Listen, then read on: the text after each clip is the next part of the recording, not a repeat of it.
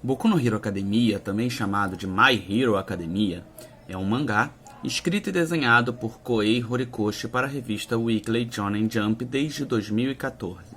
Sua narrativa apresenta um universo onde um grande contingente populacional desenvolveu poderes inusitados. Com o passar dos anos, a sociedade humana se estruturou em torno dos superpoderosos, causando um rearranjamento das forças públicas. Nesse contexto, surge a profissão de herói e, consequentemente, seus adversários vilanescos. O personagem central da história é Izuku Midoriya, um jovem que, apesar de ter nascido sem poderes, recebe de seu maior ídolo, All Might, a oportunidade de se tornar um herói. No entanto, a narrativa vai bem mais além, nos permitindo algumas reflexões sobre nossa própria sociedade.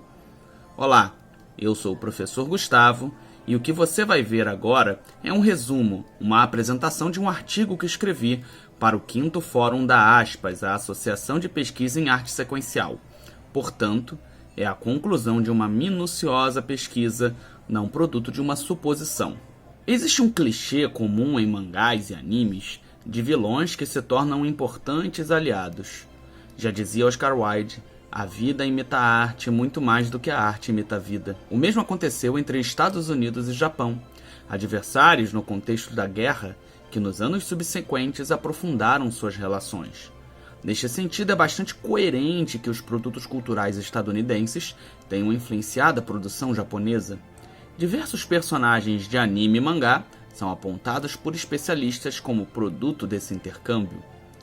Ainda assim, a obra de Horikoshi em Boku no Hero possui uma influência ainda mais presente, não apenas por representar uma sociedade de super-heróis, mas por fazer referência aos quadrinhos dentro da narrativa, onde diversos personagens citam os acontecimentos como coisas de comics. A admiração do autor frente aos Estados Unidos, no entanto, fica ainda mais perceptível na construção de All Might, o tempo todo descrito como exemplo de herói. Além do seu background, que descreve um período de tempo atuando nos Estados Unidos, e as cores do seu uniforme, são os seus golpes compostos por nomes de estados americanos que deixam tudo ainda mais claro. Existe, entretanto, uma referência aos Estados Unidos também na personagem principal. Lembremos de outros grandes personagens de anime.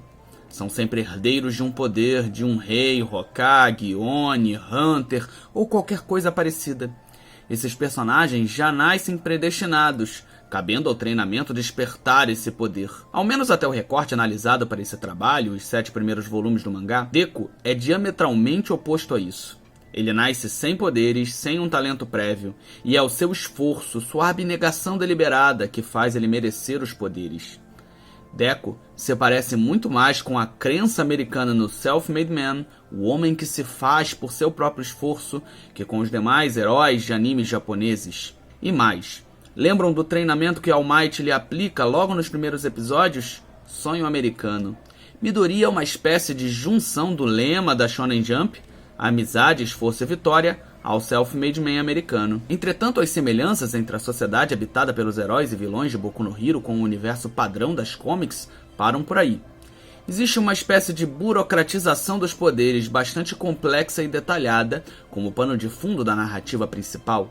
Note, não estou dizendo que não existem revistas nos Estados Unidos que também complexifiquem o universo heróico. Estou aqui ressaltando e propondo uma reflexão sobre o trabalho de Horikoshi. Os heróis estadunidenses, em geral, se baseiam no que o professor Joseph Campbell denomina como monomito, ou seja, uma série de características que influenciam vários construtos narrativos.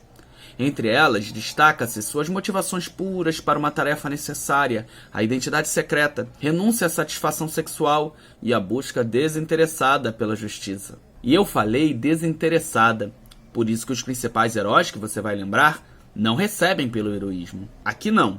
A atividade heróica é regulada por uma legislação específica e praticada através de agências que precisam possuir endereço fixo e são geralmente administradas por heróis mais experientes e renomados, a depender, claro, do tamanho dessas agências, existindo algumas de grande e pequeno porte.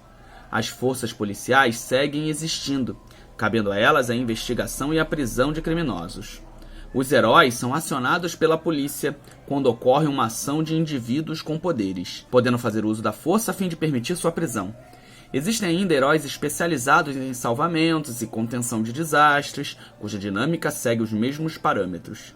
O pagamento por serviços é feito pelos governos, após uma análise criteriosa da ação dos heróis, exigindo assim disciplina, respeito às regras e contenção de danos ao patrimônio público e privado.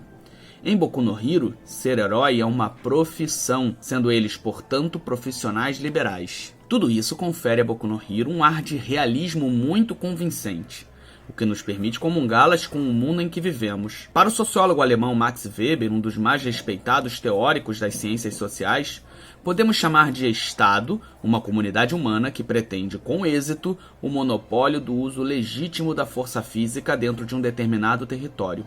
Portanto, só o Estado pode conceder a uma instituição, ou seus agentes, a possibilidade de uso da força. Por isso, os heróis americanos precisam ser vistos como vigilantes fora da lei.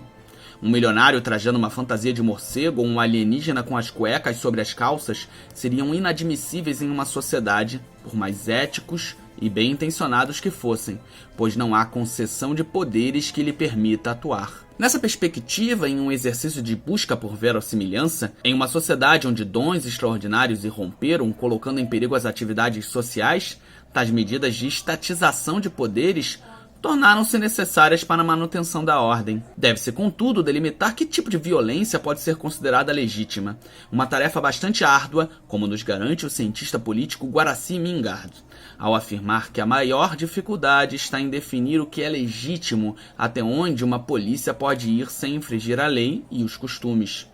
Horikoshi não se furta a esse debate, ainda que o inicie a partir do vilão Tomura Shingaraki, que durante o combate faz questionamentos sobre o uso da força amparadas pela lei.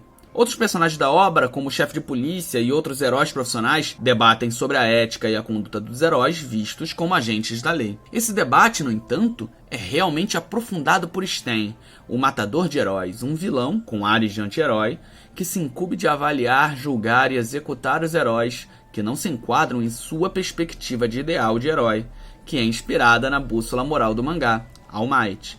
A sociedade de Boku no Hero é como a nossa e se baseia no que Max Weber chama de legitimação em virtude da legalidade, pois estamos o tempo todo regidos por uma legislação.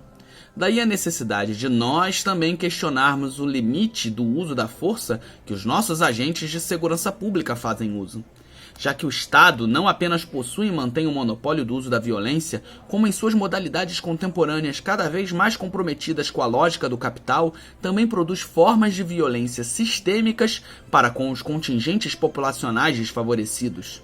E na medida que esses oprimidos fazem uso de meios diversos para alterarem suas realidades, é o mesmo Estado que os pune. Estamos longe do maniqueísmo intrínseco que uma obra que gira em torno de heróis e vilões propõe.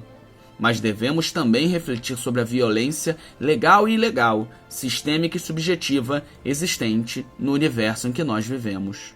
Se você gostou desse vídeo, curte, compartilhe, assine nosso canal e envie para os seus amigos. Se você quiser ler o artigo completo, entre em contato comigo em uma das redes sociais.